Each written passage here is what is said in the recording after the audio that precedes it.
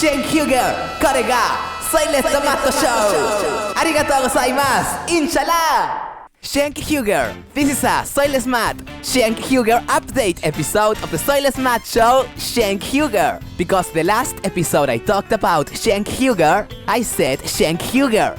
That and my taco accent made YouTube think I was speaking in this language. Ksik. I've never seen that before. Is this the trick? Well, this new method found by me, Dame Pesos P, what allows me to say faggot on YouTube with complete immunity. We'll see if this episode is up next year. Maybe it worked, maybe. Speaking of Cenk Uygur, or should I say... Since you're all Turkish Americans, or most of you are, I can say I'm Cenk Uygur, which is of course more accurate. The predictable happened. He's getting Soygon all over the media. Hey guys, the Oppo research has begun, the attacks have begun. Remember my prediction? It has become a reality.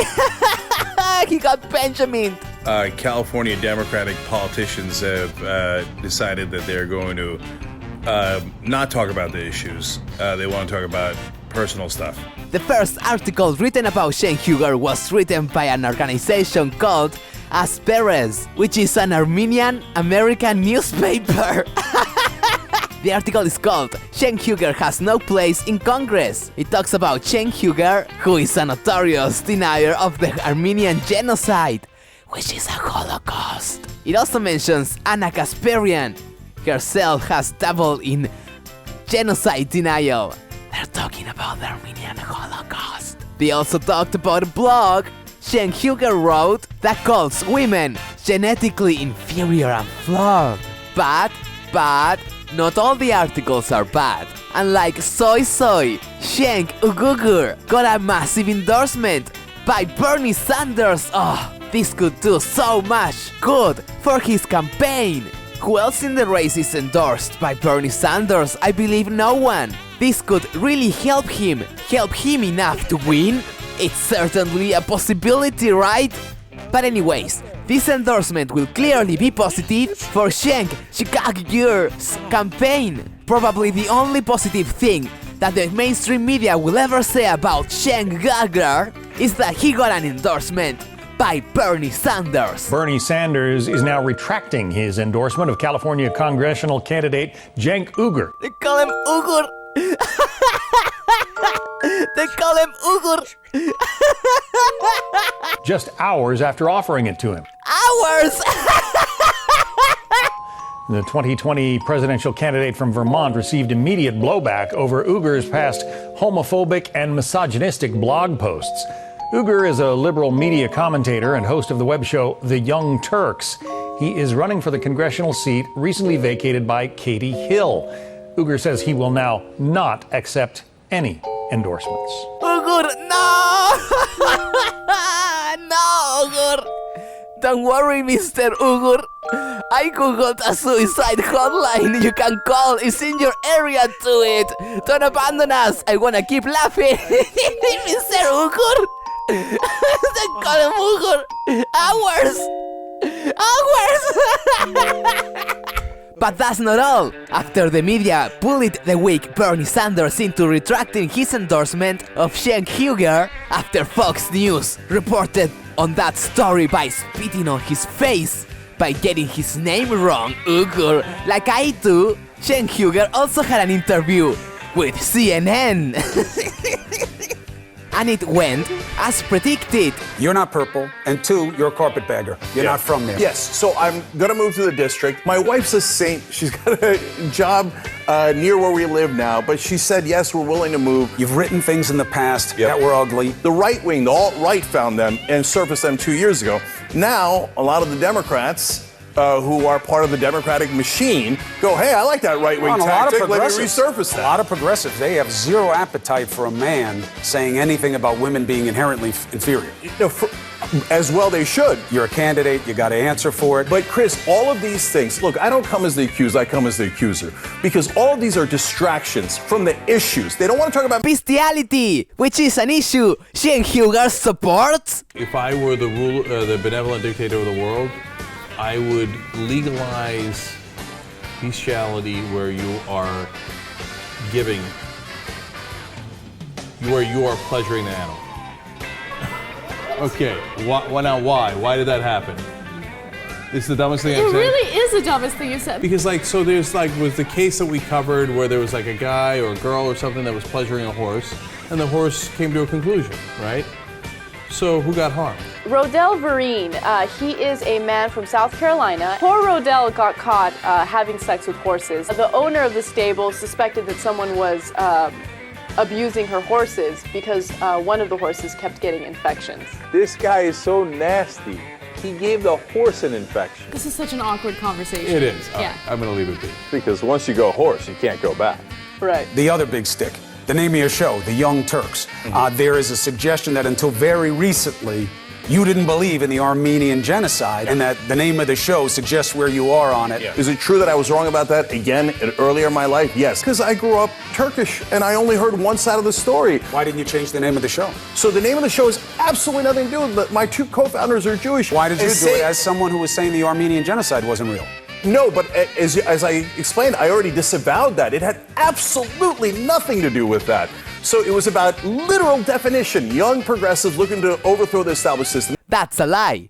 Cenk Uygur bought the internet domain, the Young Turks, in 1998. In 1999, he wrote a letter to Salon denying the Armenian genocide, which is a Holocaust. In the year 2000, he wrote a blog on his website, the Young Turks, denying the Armenian genocide, which is a Holocaust. In March of that year, he removed the article he wrote on his website denying the Armenian genocide, which is a Holocaust. And in 2003, he made up the argument about the dictionary definition. Cenk added the definition of Young Turks to the website in October. This definition is based on the 4th edition of the American Heritage Dictionary, which was released in the year 2000. The previous edition, which was the current edition in use when he registered his domain name, didn't appear to contain that definition. That's right!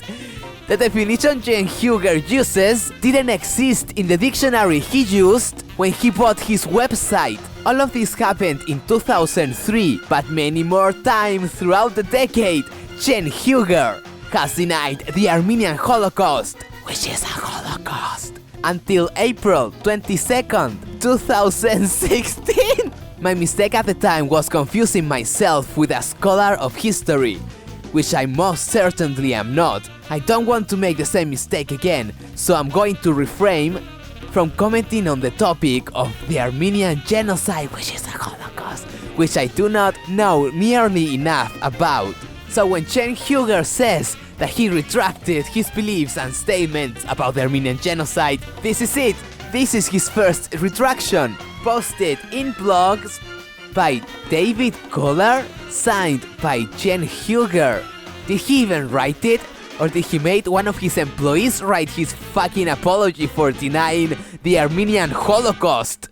Unfucking believable. But whatever, moving on from the Armenian genocide, which is the Holocaust. Let's talk about Cenk Uygur vlogs. That's right, Cenk Uygur vlogs being a politician. How awful could that be? Very funny. Let's watch a supercut of them. Okay, and now there's the great mystery of, is Cenk going to break the rocking chair? This is the moment of truth. It's live. Walk. Because once we're organized and we're out there canvassing, and I'll do it with you guys, phone banking, and I'll do that with you guys too. That's how we're going to win this race. I knocked on my first door ever as an official politician, and it was kind of hard. And then when I knock on the door and I wait nervously, and a guy comes and he's like, "What do you want?" And I asked to talk to his wife because she's the Democratic voter that we're looking for. And he's like, "Honey, do you want to talk to these politicians?" She's like, "No." He's like, "She don't want to talk to you." I don't know that we're really halfway through door knocking, maybe a third of the way through. How's it going? Awesome. Although, ironically, the only vote I might have gotten so far is from a guy named Mohammed. Oh, no, there was also a lovely Armenian woman who I thought we did pretty well with. By the way, you want to throw a couple bucks in? We're not going to argue with you. We got a lot of people giving us heat. So it'd be great to fight back against them. We tried to raise $200,000 in 48 hours. Yes, we did it. In fact, we did it in 19 hours. So then we got audacious and said, okay, we're going to try to raise $400,000 in 48 hours. That would double it. Could we really double it? And the answer so far is no. The establishment is scared because they see us raising this record amount of money. Put a little bit more fear in them. Let's do it. The reason I'm breathing heavy is because now I have to do the most unpleasant part of campaigning. Call people I know, including my friends, and ask them for campaign donations. It's painful. Oh no, that guy's gonna call for money. I gotta get out of here. So, and it's not just friends, of course, it's associates and people you know and family members. So, I'm gonna go annoy everyone in my life right now. I know what some of you critics are thinking. Instead of going to the synagogue, we bring the synagogue to you.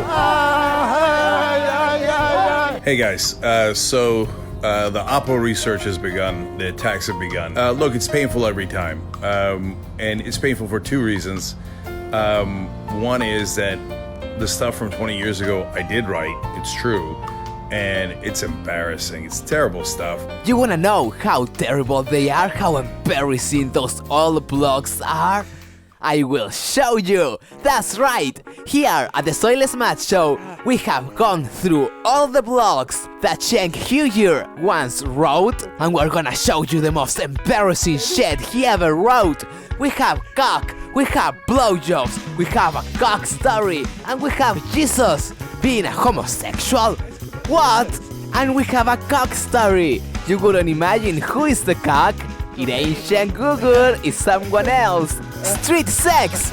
We have everything! Let's begin with the funniest story because I wouldn't make you wait until the end to hear the cock story. It's called Broadwalk Blower. I won't read it all because I have 15 others to go, but I made highlights. Cenk Uygur was jogging. Boy, he was tired and horny. That's when he saw something that caught his eye. Tits.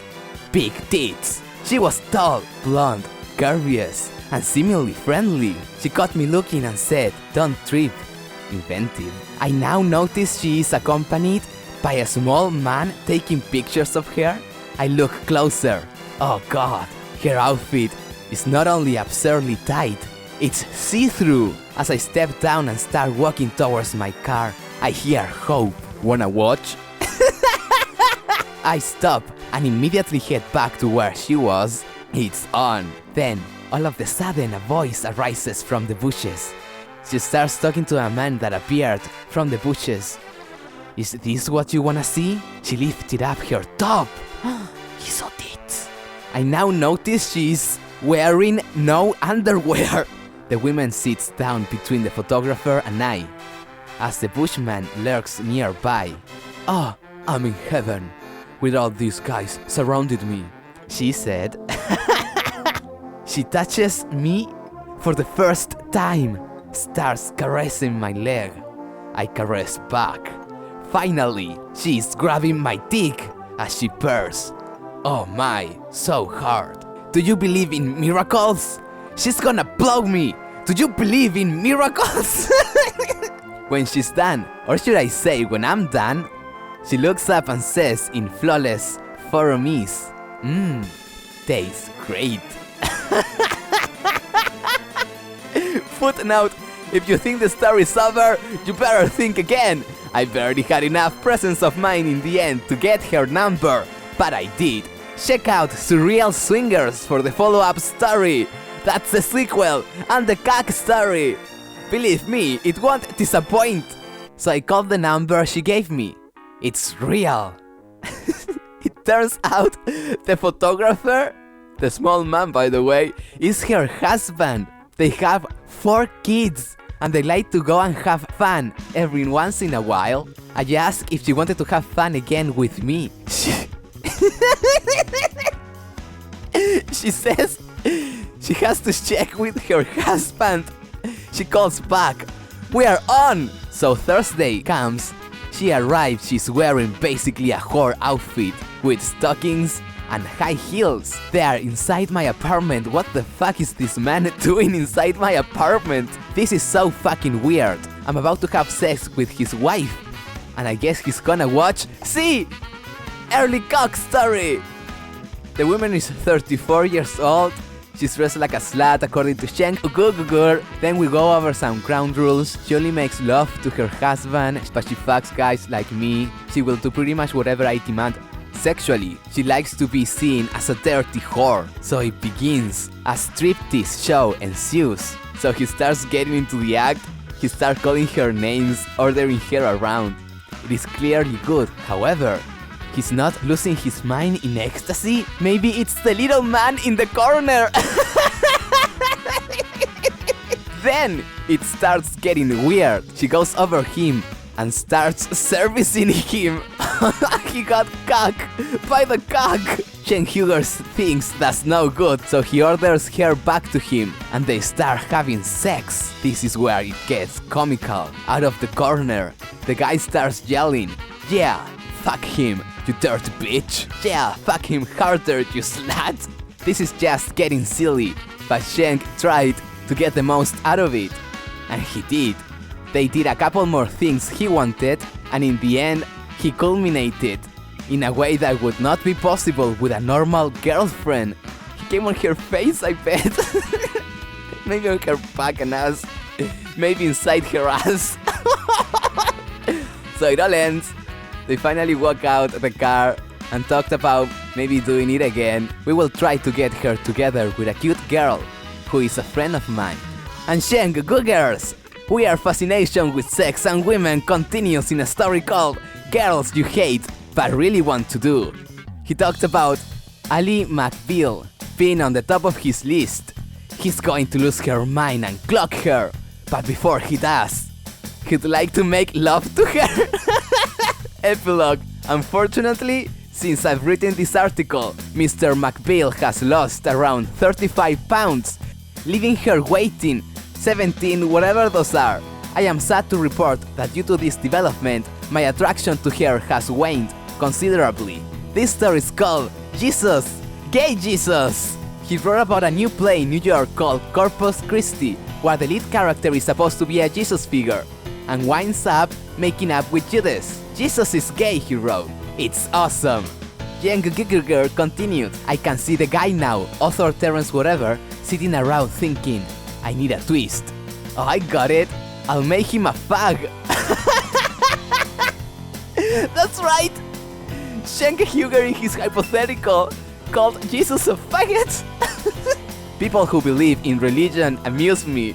Semi-pros in Miami. He talks about how he lives in Miami and there's an incredible amount of outrageously hot women here. The only problem is that after seeing these girls every day and not being able to have sex with them, after a while, you begin to lose your mind. There's a sea of tits here, and I am drinking in tiny droplets. On Friday night, I talked to approximately 11 different women at a new club. Some even indicated that I was cute, but alas, no result. The madness grows.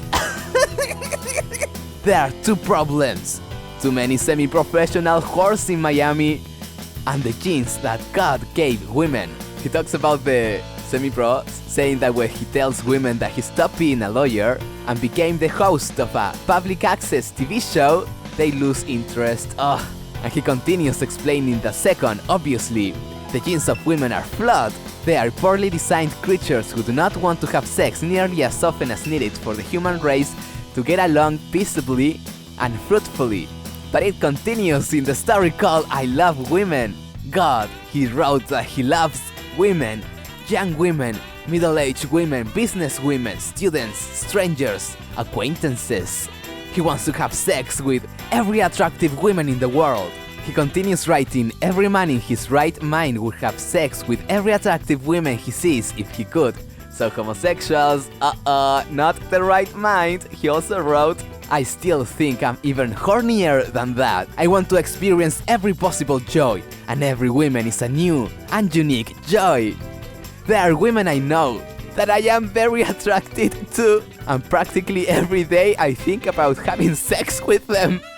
Ana, no! He also wrote about the movie Runaway Bride and talked about love in general. Is all love good?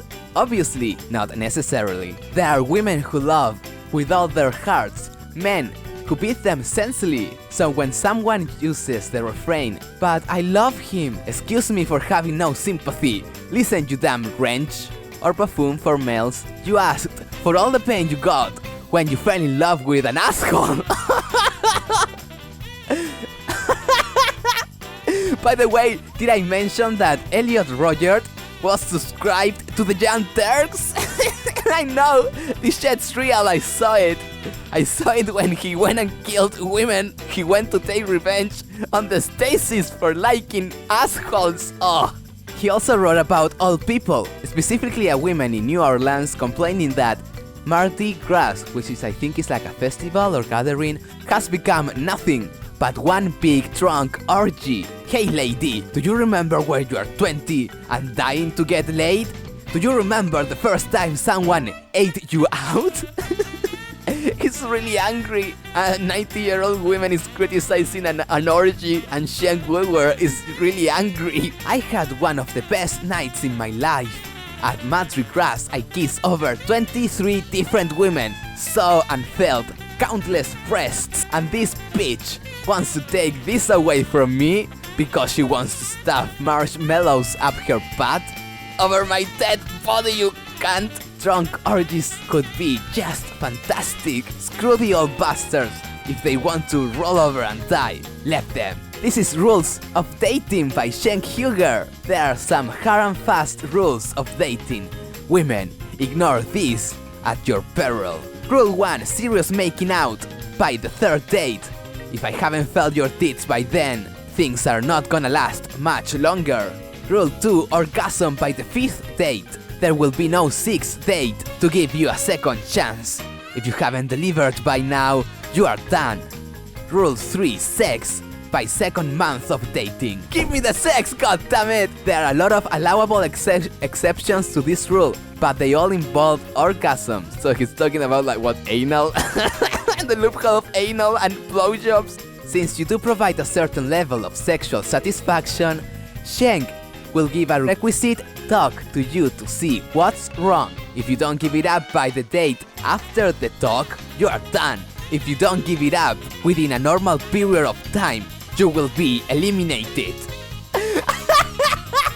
Elliot Rogers liked this guy, remember? He also wrote a story about his atheism called the National Day of Prayer. Representative so-and-so proposed legislation for a National Day of Prayer this week. Try to guess what I think of it. Get ready to tip your fedoras, my intellectuals. If you haven't caught on by now, I am not exactly in favor of humiliating yourself in front of an absurd entity. He is proud to be a human. He is proud to be logical. Praying, fasting, bowing ain't gonna make a damn bit of difference. Submit yourself to a theoretical god.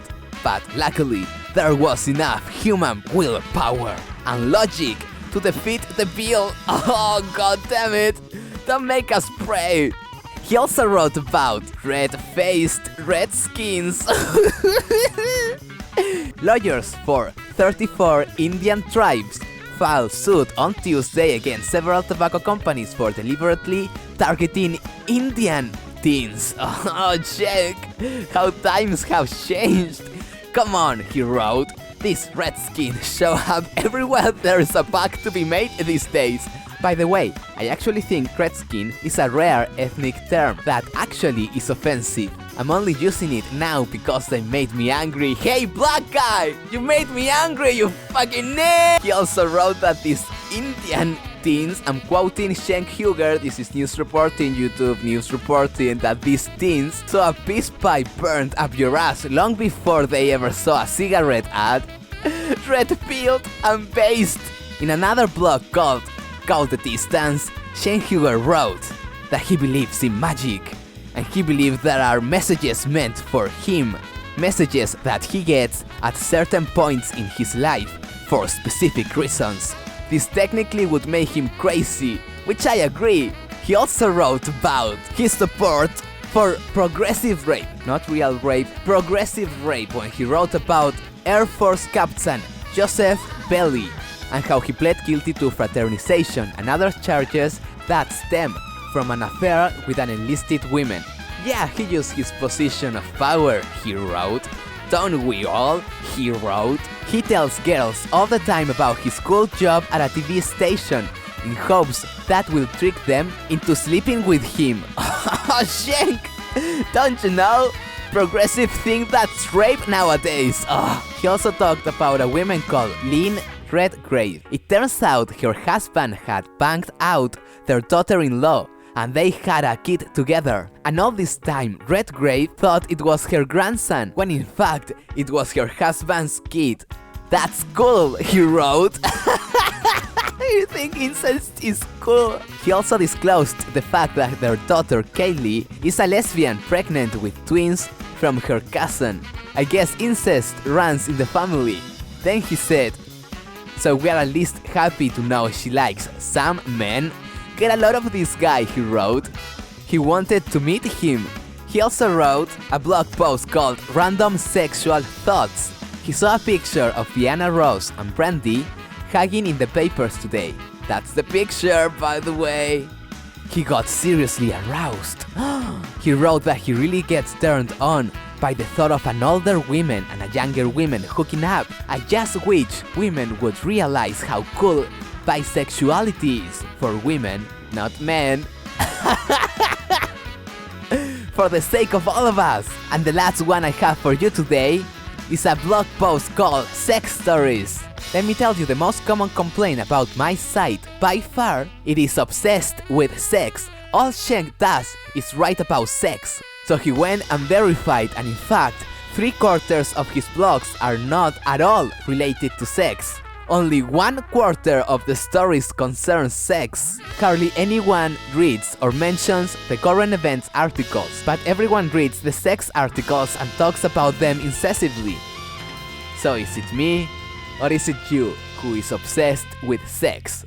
If you people were as interested in the presidential primaries as my sex life, I would probably write a tad more about politicians. And that's the end of the video. I just wanna give some updates, not Cenk related. Mr. Metacare has been doing videos on BitChute. He made like 10 since I talked about him last time. Remember, make an account, don't be lazy. Also, I have a BitChute account. I've been using it for a while, but this video, this might be too much for YouTube. So consider following me there, because I might not be here in a week or so. Next video is the big TYT Complete History documentary that I call the Tame Movie. Tame Movie is looking real good. It took me a lot to make, so hopefully you like it. I also don't actually talk on the movie too much, so I just wanna take this opportunity to say thank you for watching in advance. Remember, late Christmas, but early New Year's, right? It's early for New Year's, so I'm technically early. I also have news on the Jew. That's right, new development between me, El Taco, and My Room Records, the Jew. El Taco versus the Jew on the kill stream, the fight of the century.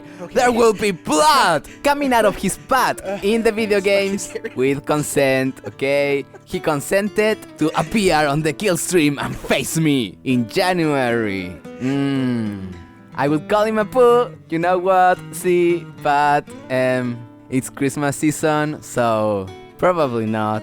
Or yes, I don't know. I don't know everything, only God knows everything. Just to make the timeline more clear, they decided not to put me on the album in late October. Here's them agreeing on the person that's gonna replace me.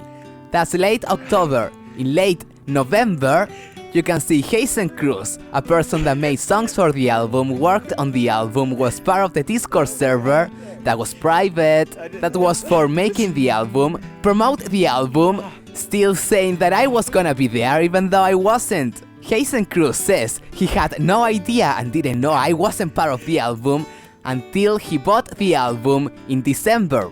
But there he is promoting the album, saying that I'm gonna be on the album, but also that guy, that's the guy they brought to replace me. so it's a little bit difficult to believe Hazen.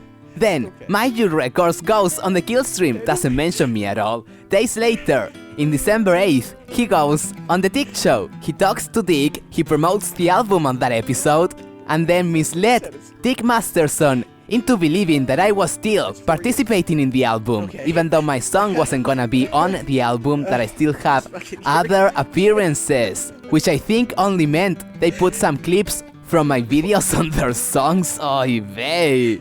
Technically he's still on the album, obviously that's retarded. Days later, Dick Masterson posts that episode of The Dick Show with this blog promoting the album, saying, featuring artists like Cocksucker, Ethan Ralph, and Dame Pesos. If he only has said I wasn't on the album, none of this would have happened. But that's how I see it, I only tell you how I see it. You decide on your own.